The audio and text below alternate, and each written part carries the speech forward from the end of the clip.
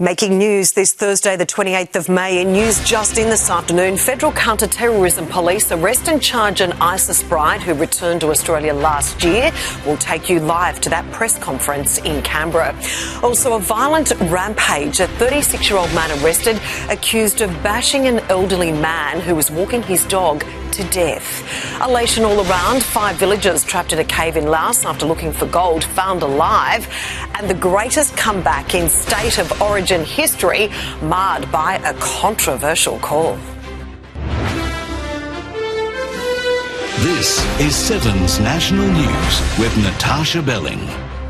Good afternoon. Straight to that breaking news this afternoon. And a woman who returned from Syria to Australia in 2025 has been charged with terrorism offences. Live now to our reporter, Blake Johnson, with the details in Melbourne. Blake, good afternoon. Exactly what do we know at this stage? Tash, hello to you. This is developing this afternoon. We understand this arrest is not directly linked to the women who returned to Australia this month. Instead, it is a woman who returned some time ago. We are expecting a news conference from federal police shortly, which will hopefully shed some light on who this woman is. But she is being charged by the Joint Counter-Terrorism Team. 3 women were charged 3 weeks ago after returning from Syria. Not yet clear if the charges today will match those terrorism and/or crimes against humanity. That press conference scheduled for about 10 to 15 minutes. Tash. Blake, thank you. And as Blake mentioned, that news conference from federal police in Canberra is set to get underway shortly, and we'll cross to that live as soon as it happens. A 36-year-old man has been charged with murder after police allege an elderly man was attacked with a metal pole south of Bundaberg. Live to our reporter Liam Bland. Liam, it's believed the incident was part of an hour-long rampage. Yes, Tash, which has tragically resulted in the death of a 78-year-old man who we're told was simply walking his dog. Police say he didn't know his alleged attacker, who's accused of beating him with a metal pole before setting his sights on another man minutes later, a 66-year-old man in Childers, allegedly strangled with a garden hose before bystanders intervened, holding him down until officers arrived and ending what was allegedly a string of unprovoked violence against strangers right across the wide bay, a few hours north of Brisbane. Detectives say the 36-year-old man from Bundaberg West had earlier deliberately reversed into a number of cars and another driver who was repeatedly punched in the head. He's been charged with 1 count each of murder, attempt to murder, acts intended to maim, disfigure or disable, dangerous operation of a vehicle and evasion. He'll front court in Gladstone later today, Tash. Liam, thank you. The Albanese government's controversial tax bills have been introduced to federal parliament, the Treasurer making a passionate speech as he defended the broken promises on capital gains tax and also negative gearing. Let's go live to Josh Martin from Parliament House in Canberra. Josh, good afternoon. There was, though, one important back down by the federal government.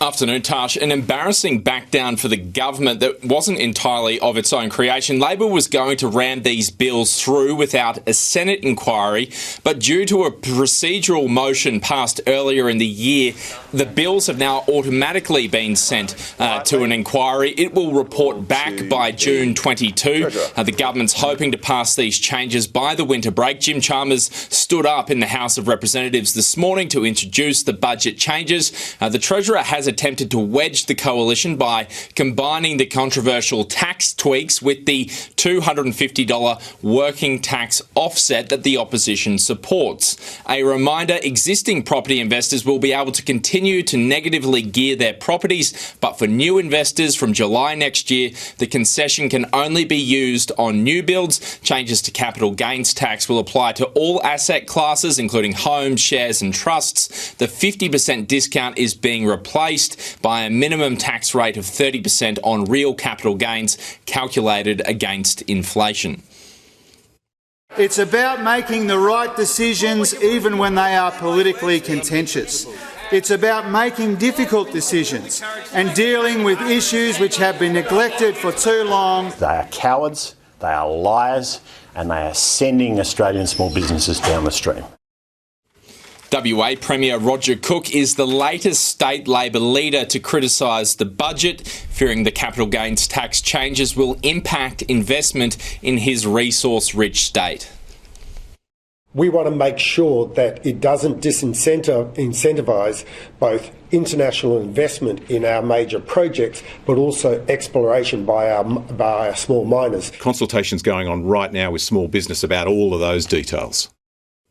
Education Minister Jason Clare there on Sunrise, confirming the government is negotiating with small businesses and tech startups to expand existing concessions. Tash. Josh Martin, thank you. Meantime, the federal government is taking on a US industry giant in its biggest ever legal claim. The Commonwealth is seeking $2 billion in damages from PFAS producer 3M. It's over the contamination of 28 defence bases with so-called forever chemicals used in firefighting foam. Expect their government to stand up for them and to hold companies accountable when communities and the environment are impacted. The Attorney-General says 3M withheld some of its own testing and misrepresented some of the effects of the toxic foam. New South Wales fans are rejoicing today after the Blues pulled off the greatest ever Origin comeback to snatch the series opener against the Maroons. Live now to Jaleesa Apps in Sydney. Jaleesa, it wasn't without controversy though. What a game. Yeah, Tash, a win is a win, but geez, it was ugly. The Blues have left here this morning. They've all gone back to their home bases. But the real turning point was obviously Kalen Ponga being sent off for that shoulder charge over Tolu Kula.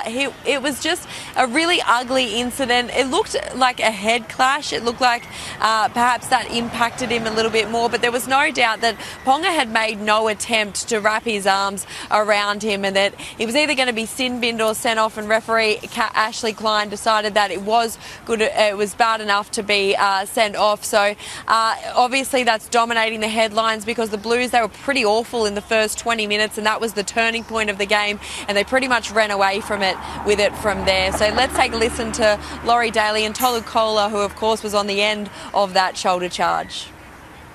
The NRL have made their decision. It's always a tough situation for the referees. But yeah, at the end of the day, it is what it is. It was just a bit of a shock, but yeah, straight away I was sweet. Like I was a bit rattled for a bit, but after that I was fully fine then. Now, the big question has been, why has Kalen Ponga only been fined then for the match review committee? He's been fined $6,900, tax deductible. It is because it's part of his workplace. But they've been questioning why is it a fine and not a suspension. And the thing is that because if he was suspended, he would have actually missed more game time. And they take into consideration that he missed the whole game last night as soon as he came off. So that's why it's only ended up in a fine. But this was him this morning. He was obviously very disappointed with what had happened and how the outcome was for his team. I mean, I'm not proud that my teammates had to work extra hard because of something I did, but can't change it. So he will be fine to play in Game 2. Laurie Daly, though, he might consider a raft of changes because, as I mentioned, they didn't play particularly well, but a win's a win. We'll take it heading down into Game 2 in Melbourne. Game 2 will certainly be interesting. Jaleesa, thank you.